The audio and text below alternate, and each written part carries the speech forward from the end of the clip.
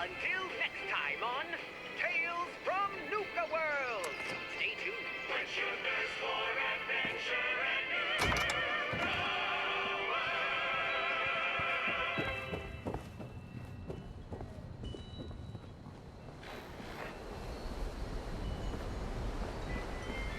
Meet Lorraine, your average housewife.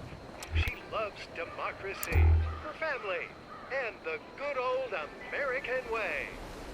Hi, Mary. I'd love to catch up, but I need to step out if I'm going to have enough time to pick up Junior from his baseball game. Oh, and then I need to also grab groceries and prepare a loving home-cooked meal for when Robert gets home. Little did she know, what returned home that evening was not her beloved. Welcome home, honey.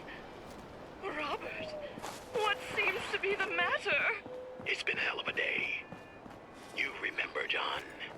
He got tangled up in one of the machines at the factory today and he'll never walk again. That's terrible. But the terror was just beginning. It only happened because the boss had him pulling 80-hour weeks. The boys and I are thinking of talking with the higher-ups about our conditions. If they don't listen, then by golly, I don't know what I'll do. Maybe we'll stop working. Robert, darling, that sounds like a protest. Well, what if it is? I think a hard-working American is entitled to fair compensation for a fair day's work. If this system won't work, then maybe we just need to abolish it. I left the stove on. Give me a minute. Run, don't walk to your nearest theater to see every American's worst nightmare. Officer MacArthur speaking. What's your emergency? I think I married a Maoist. Witness what happens when horror comes home. Fear communism like never before. When you see the reds in full Panalux color. Only in I Married a Maoist. Paid for and directed by the U.S. Center of Anti-American Activities.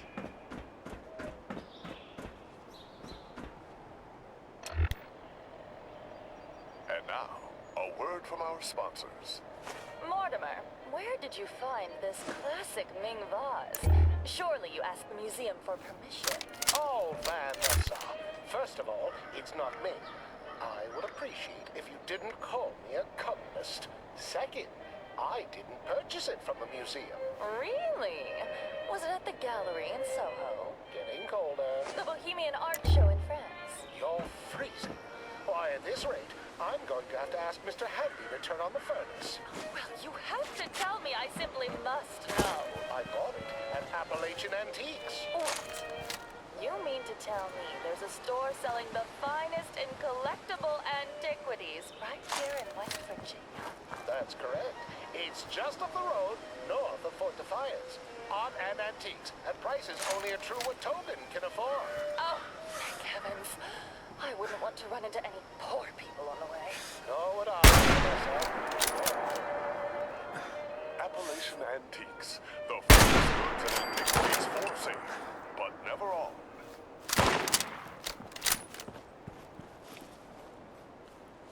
Modern mothers know they're busy all throughout the day, and morning is no exception. How can the mother on the go find time to ensure her family gets the nutrition they need? You can say that again. Some days there's just no time to cook, and my children are such fussy eaters. Worry no more, Mom. Just turn to Sugar Bombs, America's leading breakfast cereal. Just add cold milk, and your family has a delicious and nutritious breakfast. With 47 grams of sugar per serving, you can feel confident your loved ones will have the energy they need to face the day. Thanks, Sugar Bombs. And they're not just good for you. Kids love the delicious taste. Isn't that right, Billy? That's right, sir. Hi, everyone. I'm Billy, average American boy.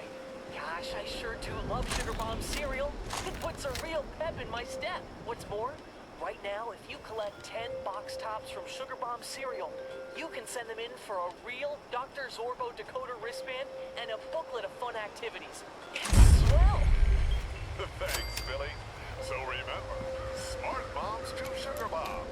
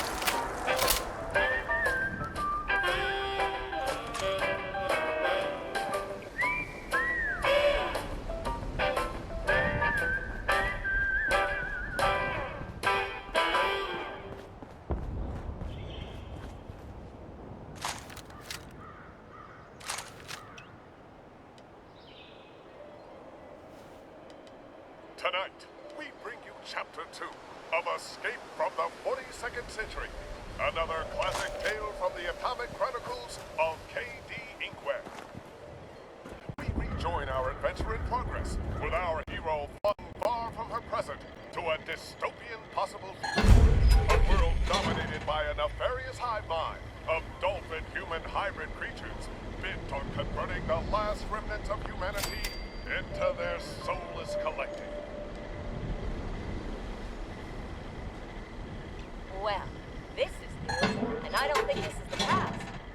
The history deck's time locator seems to be reading... This can't be right. The 42nd century? Maybe Jenkins' calculations weren't ready to experiment with after all. The Chronotron backpack's time crystals are completely out of sync, and will need quite some time to realign themselves to my point of origin. What is with all the propaganda around here? Are those walking dolphins? All supplemented candidates in Group 5B must report to Station Sigma immediately. Compliance breeds excellence. That sounds ominous. Judging by the posters around here, I'm guessing that this mind organization isn't exactly welcoming of regular humans like me. Better find a spot to lay low as the time crystals resynchronize. Ammunition and other supplies available here. Uh-oh, that's not good. Atomic Quill, don't fail me now. That blinding flash bought me a bit of time for my escape, but I need to get out of here in a hurry if I don't want fins. Strange one, over here. I am the help you need.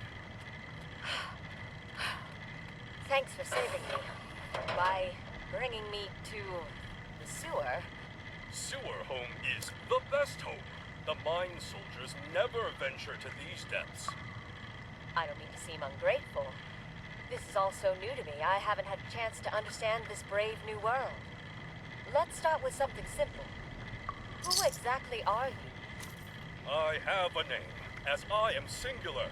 I am the one called Jason David Raiden. Proud unevolved. Leader of the human resistance cell of Sector 19. Are you singular? I'm K.D. Inkwell, the one and only. I have some time to kill before I can return to my home. Sector. Did I hear something on the loudspeakers earlier about sublimation candidates? Come, there are friends you must meet. We will explain all. Looking forward to finding out more about this wild world of yours. A wild world indeed, KD. Lost in time in a land ruled by a heinous collective of genetic monstrosities, without free will, love, or any vestiges of compassion. Will Inkwell survive long enough for her crystals to sink back to her own time? Will she fall under the ire of mine and be forced to join the assimilated masses of dolphin-human hybrids herself? Who is the resistance of Sector 19? And will she be able to return the noble favor of Jason David Braden? Find out all this and more in the exciting conclusion to Escape from the 42nd Century.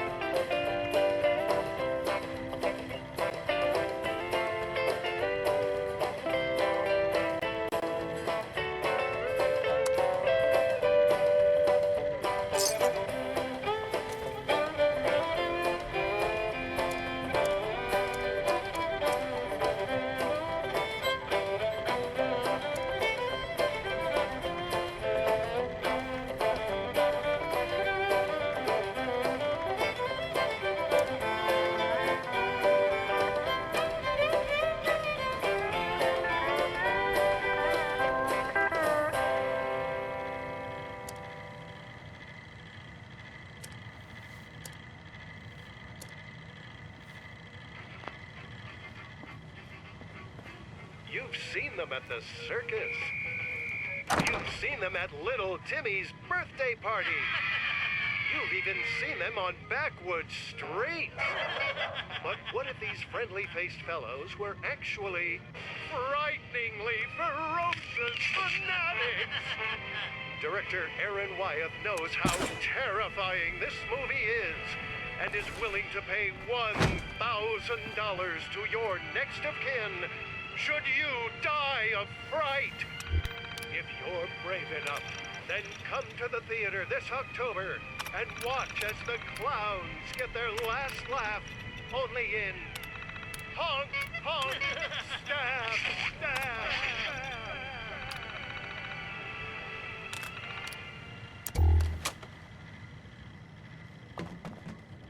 Don't miss the automotive event of the year.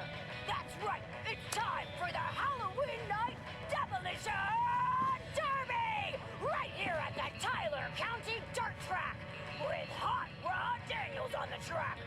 Anything can happen, folks, so you're not gonna wanna miss this! Come on out on Halloween Sunday and watch these brave men and women battle for Derby domination!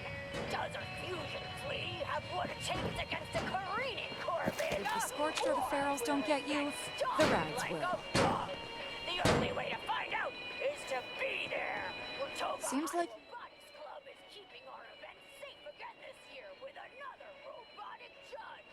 If you're on the track, you're either surrounded by steel or made of steel.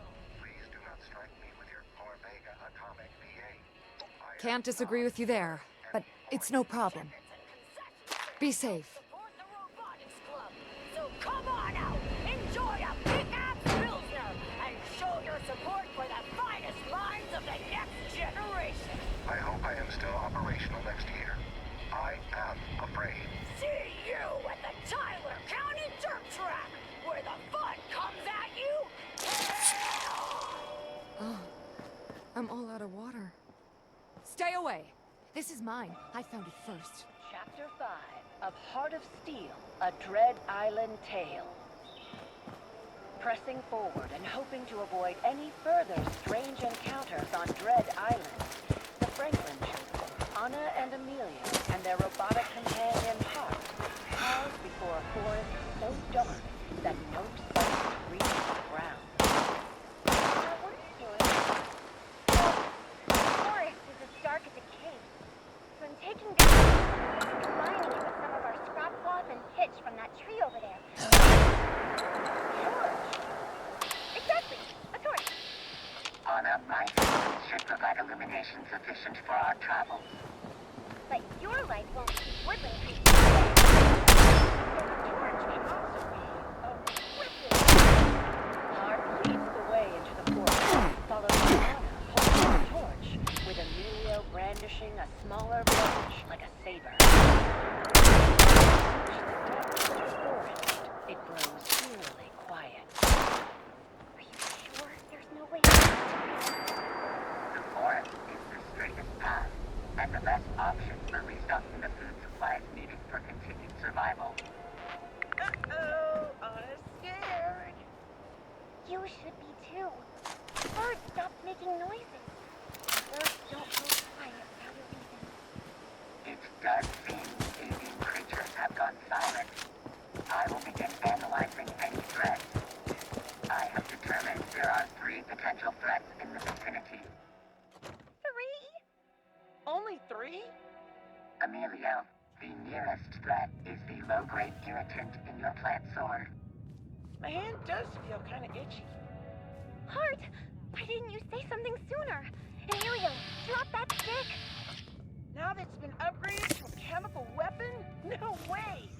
I'll just use my sleeve to hold it. Why would you? It's all over your clothes now. The next nearest threat appears to be the large life form over there. The robot's light moves to reveal a strange bear staring at the group. It stands upright on 2 legs and makes a threatening posture before disappearing. Where'd it go? Yeah, where is it? I always wanted to find a bear. Threat number 2 has been eliminated by threat number 3. Hart raises their last word. Giant hands from a thick web and into a cocoon. That looks like a spider. At a length of 18 feet, your assessment of big does seem correct, Anna. Anna, give me your torch. Why? By swings it at the spider with all his might. The torch, of course, falls well short of the spider, landing in the nearby web. The flames snake their way up the vegetation on a nearby tree, closing in on the blanket of webs above. Yes, it's still gonna make it to the spider. Here's its web. We need to get out of here now. Anna, Emilio, stay close as I analyze the best options for your safety. Stop analyzing and start running. Reacting to Anna's words, the metallic caretaker picks up a child with each arm as they sprint deeper into the forest. A moment later, the webbing ignites and a flash shoots overhead, leaving our explorers beneath a lake of flames. Oh, neat. Are those flaming spiders falling all around us? The fallen creatures do resemble arthropods with a burning characteristic. The big spider's following us, and it's also on fire. That's even neater. As Hart dodges the smaller spiders, the giant spider gives chase, getting ever so closer until... Ah, it stopped. Why is it shaking like that? Hey, Anna, check it out. Insides are like warm boogers. Bring any weapons you can. We will be reaching an area of safety soon. Anna, do you require aid? I'm good. As long as I don't look at... It even has chunks of its shell attached. I didn't know there was security.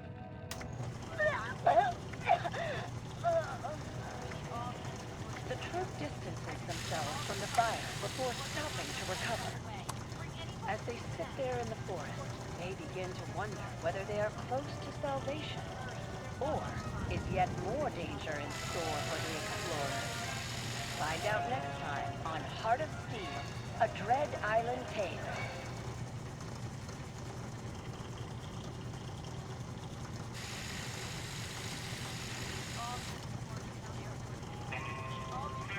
From the creative minds of Aces and Eights, it's time to grab your pistols and saddle up. Get ready for an old-fashioned